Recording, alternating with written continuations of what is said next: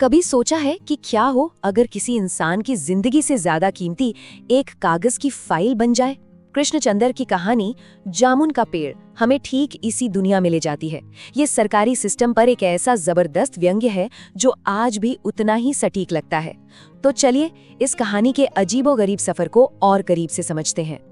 ये आवाज है उस आदमी की जो एक गिरे हुए पेड़ के नीचे फंसा हुआ है। और ये सिर्फ एक शेर नहीं है, ये तो मानो अपने आने वाले कल की एक दर्दनाक भविष्यवाणी है जो वो उस सिस्टम को सुना रहा है जिसके भरोसे वो पड़ा है। तो हुआ यूं कि एक रात जोर की आंधी आई और सेक्रेटेरिएट के लॉन में लगा जामुन का पेड़ जड़ से उखड़कर गिर पड़ा। और जब सुबह माली वहां पहुंचा तो उसने जो देखा वहीं से इस कहानी की शुरुआत हुई। पेड़ के नीचे एक आदमी दबा हुआ था और यहीं से कहानी का पहला कटाक्ष शुरू होता है। एक तरफ एक इंसान जिंदगी और मौत के बीच झूल रहा है, दर्द से कराह रहा है, और दूसरी तरफ जो भीड़ जमा है उसे किसकी चिंता है? अरे भाई, पेड़ के मीठे मीठे जामुनों की। ये बस एक छोटी सी झलक थी कि आगे क्या क्या होने वाला है।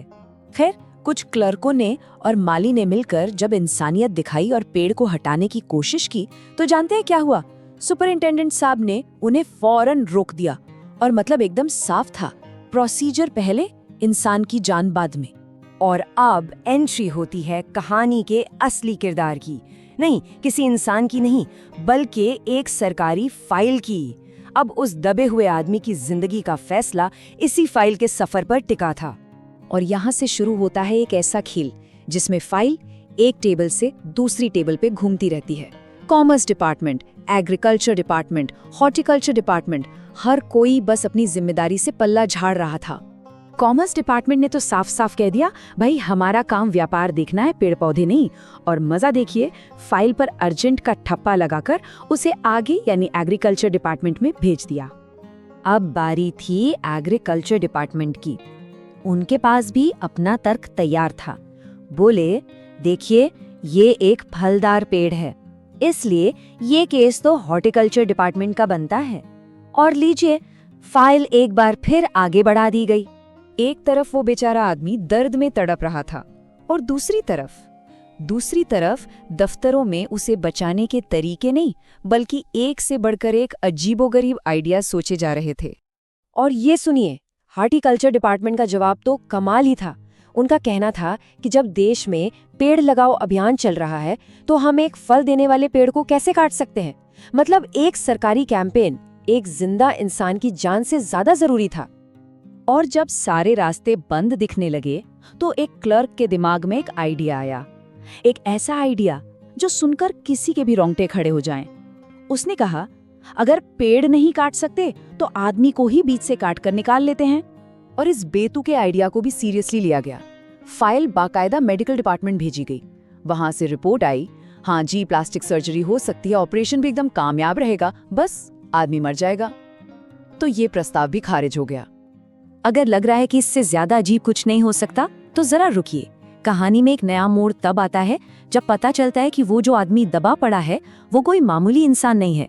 और इसकी ये पहचान मामले को सुलझाने की जगह और उलझा देती है। माली को पता चलता है कि वो आदमी तो एक शायर है जिसका नाम है ओस। और बस फिर क्या था, ये खबर सेक्रेटेरिएट में ऐसी फैली जैसे जंगल में आग, और इसने मामले को एक और ही दिशा में मोड़ दिया।